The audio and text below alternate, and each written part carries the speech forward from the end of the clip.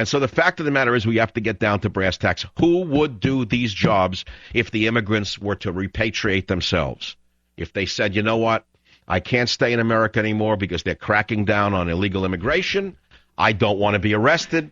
It's been fun while it lasted. I have to leave. And they wouldn't all leave, but let us say 20% of the 30 million started to leave the country.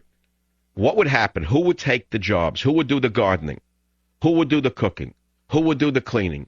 Who would work in the slaughterhouses? The answer is people, able-bodied people on welfare. And then you say, oh, what are you talking about? They don't know how to work anymore. Well, they'll learn how to work. Work is something that has to be learned. It is not in the nature of man, by the way, to work. Children are fundamentally lazy and good for nothing unless you teach them to work. They're lazy and good for nothing.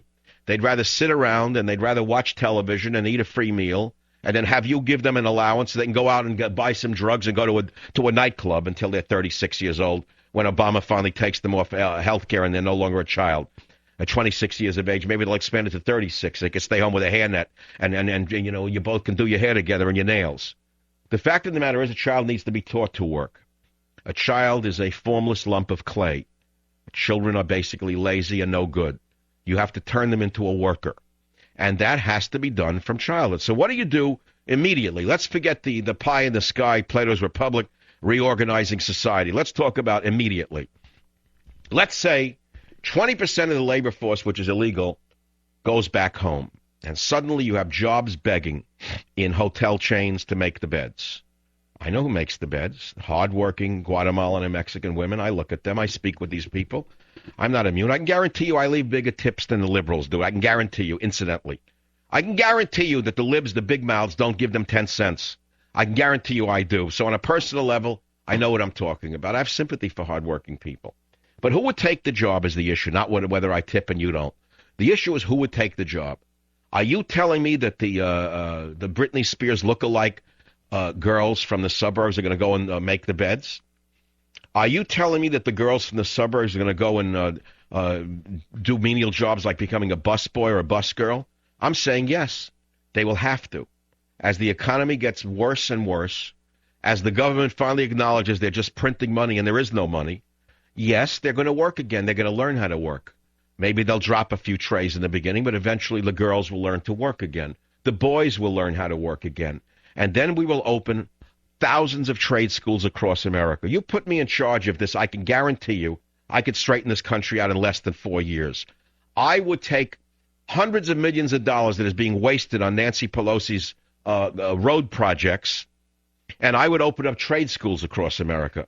And I said trade. Don't tell me everyone's ready for college and they all need a computer. Take a look at what's in college today. Go take a look at what goes on in your colleges. Everyone's a college boy. Take a look with the pants hanging under their behinds. That's a college boy marching around. The idiots, they're stupid when they come in. They're stupider when they go out. They want to take a job right away. They're not equipped for anything. They never should have been in college to begin with, 90% of them. Send them to trade school. See if they can even do that. That's not easy to learn how to turn a screwdriver or to cut a piece of wood straight.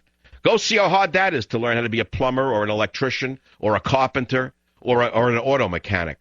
We need millions of people retrained to do actual jobs.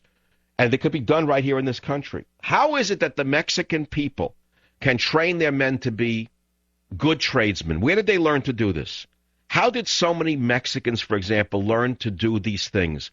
The answer is they learned in their home country, which has a better trade school system than we do.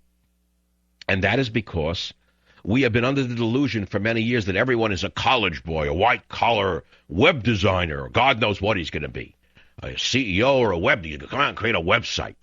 Well, the fact is he has to learn how to fix a carburetor. Maybe he ought to learn how to put a brake into a car. Maybe you ought to learn how to attach a muffler underneath the carriage of a car. And then we could become self-sufficient again from the point of view of labor. But that's skilled labor, my friends. Trade schools are not unskilled labor. That is skilled labor, and we can certainly train an entire generation in less than a year.